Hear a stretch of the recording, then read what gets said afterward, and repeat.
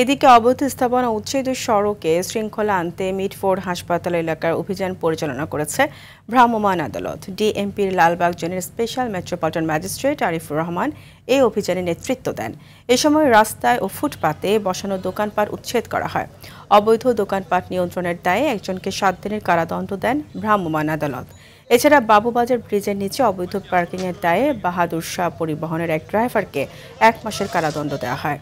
এ সময় বাসটি জব্দ করে পুলিশ। এছাড়া 8টি রিকশা ও একটি ভ্যান জব্দ করা হয়। জনজীবনে শান্তি ও শৃঙ্খলা আনতে এই অভিযান বলে জানান কোতোয়ালি ট্রাফিক জোনের এসসি মাহতাব হোসেন।